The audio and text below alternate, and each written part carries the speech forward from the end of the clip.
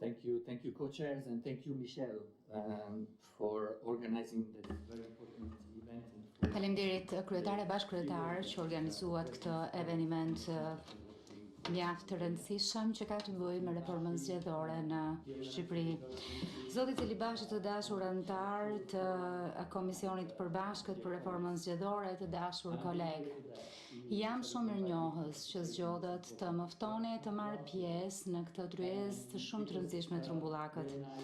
Sepse kur u takova me dy bashkëkryetarët kohët e fundit, pra flas për bashkëkryetarët e Komisionit përkohshëm parlamentar, u inkurajova nga qasja konstruktive dhe bashkëpunuese që zbatonin dhe shpreha në fakt vullnetin dhe përkushtimin ton të sinqert për të mbështetur punën tuaj të rëndësishme në shumë mënyra të mundshme. Sipas asaj që do t'ju duke e përshtatshme. Mendoj që në kontekstin aktual politik, fryma e dialogut për tema kryesore si reforma zgjedhore është thelbësore. Dhe në fakt mirë kuptimin e përbashkët midis të dy bashkëkryetarëve që reforma duhet përmbushë jo vetëm pritshmëritë e qytetarëve, por edhe standardet ndërkombëtare. Interesi i Bashkimit Evropian në punën e Komisionit është i veç shpjegueshëm, është i dukshëm sipas meje, por ndoshta duhet ta shpjegoj sepse vjen në një kohë kritike sa i takon procesit të anëtarësimit në BE. Forcimi i sundimit të ligjit dhe dëshmimi i përkushtimit të palëkundur ndaj standardeve europiane është kyçe për Shqipërinë. Kjo lidhet po kështu edhe me fazën specifike në procesin e anëtarësimit, sidomos përputhshmëria me piketat e ndërmjetme. Ndaj kemi këtë kohë apo këtë afat e trysni për komision. Në fakt reforma zgjedhore nuk është një proces ligjor, është një nevojë demokratike. Besimi në zgjedhje është themeli i besimit në vetë demokraci. Qytetarët duhet të jenë besim plot se konkursi politik ka qenë i lirë, i ndershëm dhe i pandikuar nga ndikimet pa drejta, pa transparencë në financimin politik. Ky besim nuk mund të ekzistojë.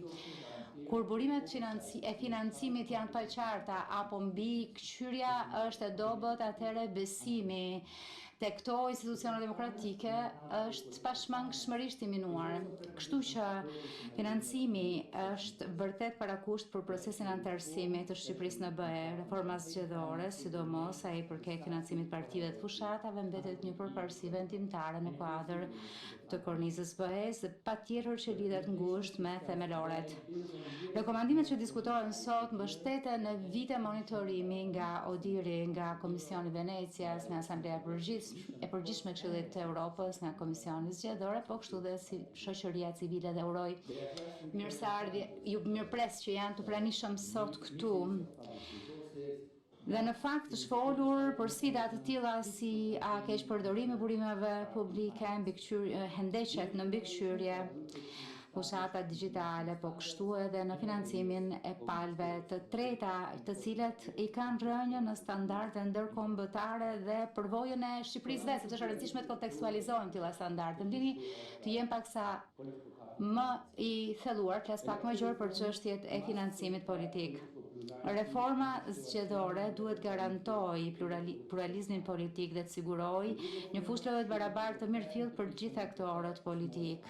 Dhe në fakt, kuadri ligjor duhet të sigurojë këtë konkurrencë të ndershme për të mbrojtur aktorët e vegjël, ndërkohë që parandalon shtrembrimet e ndikimit të padrejtë. Në fakt, raporti i ODIHR-it foli për partinë në pushtet që përfiton nga përdorimi i gjerë i burimeve administrative duke krijuar një avantazh të padrejtë atyre që janë në detyrë. Dhe kjo është një pikë kyçe që ka nevojë që të trajtohet.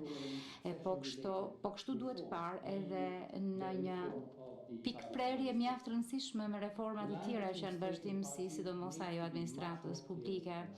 Në fakt, bija dalluese midis shtetit dhe partisë duhet të jetë vërtet më qartësisht i theksuar. Për kufizime të qarta për burimet shtetërore, po kështu edhe kontributet në natyrë si dhe transparencë lidhur me endet që lidhen apo varen ekonomikisht nga vendimet shtetërore janë të nevojshme për të mbrojtur një konkurrencë të ndershme politike. Po kështu reforma zgjedhore duhet të mbështet edhe pjesëmarrjen politike e gjithëpërfshirëse, ndërkohë që Shqipëria zbaton kotat gjinore, financimi politik, rregullat pra duhet të mbështesin më tej rrezimin gjinore përmes mekanizmave të financimit publik. Çuarja përpara pjesëmarrjes grave përforcon natyrisht rezistencën demokratike dhe besimin publik.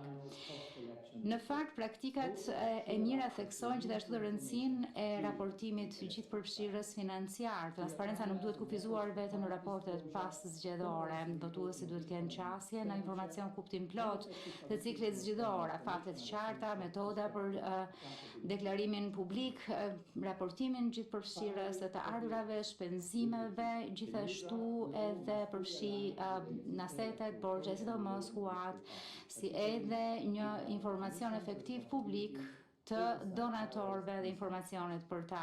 Koherenca do të jetë për mosfundi kyçe, sepse projekti i ligjit duhet të jetë plotësisht në përputhje me kodin zgjedhor dhe ligjin për partitë politike, lidhur me përkufizimet, mbikëqyrjen e përgjegjësive e po kështu edhe të shmang mbi vendosje dhe hëndeshjet. Ka po kështu edhe një kënd shumë të rëndësishme antikorrupsioni, duhet theksoj që në fakt duhet trajtuar. Këtë vit ka një fokus shumë të fortë për garantuar që Shqipëria të marrë përsipër një zbatim efektiv të strategjisë vet antikorrupsion në gjitha fushat, si prokurimi publik, që duhet natyrisht të ketë në fuqi të gjitha garancitë e nevojshme për siguruar që të gjithë donatorët e partijak të mos kenë kontrata të dhëna nga qeveria përmes proceseve të vakta apo qofte të manipuluara. Kuadret zgjedhore e ligjore duhet forcojnë integritetin duke forcuar mekanizma që sigurojnë rregullore efektive, po kështu që sigurojnë mbrojtjen e financimit politike të fushatave nga burimet të dyshimta të huaja. Këto mekanizma gjithashtu duhet të mbrojnë natyrisht edhe financimin për qëllimin e ndërhyrjes së huaj. Në fakt, kjo strategji kundër ndërhyrjes së huaj përvijon një sër hapash për të forcuar përballimin apo rezistencën në këtë fushë, dhe kjo duhet të jetë natyrisht në përputhje me standardet e duhura. Bashkimi Evropian po e mbështet të proces përmes bashkëpunimit me OSBE-n dhe me Këshillin e Evropës. Mbetemi të përkushtuar që të forcojmë transparencën duke përforcuar kapacitetet e Komisionit Zgjedhor Qendror e gjithashtu edhe duke mbështetur reformat në përputhje me Bashkimin Evropian. Natyrisht do të jemi të lumtur që të mobilizohem ekspertizë në punën e këtij komisioni për tej. Më lini ta përmbyll që ky proces reformash është një mundësi për të konsoliduar rezistencën demokratike dhe besimin publik, dhe inkurajojmë të gjithë aktorët që të vazhdojnë të punojnë në mënyrë konstruktive e gjithëpërfshirëse për të realizuar reforma që janë besueshme, koherente dhe në përputhje me rrugtimin evropian të Shqipërisë. Faleminderit shumë. Faleminderit ambasador Gonzalo, që fjalën po e jap. Thank you very much.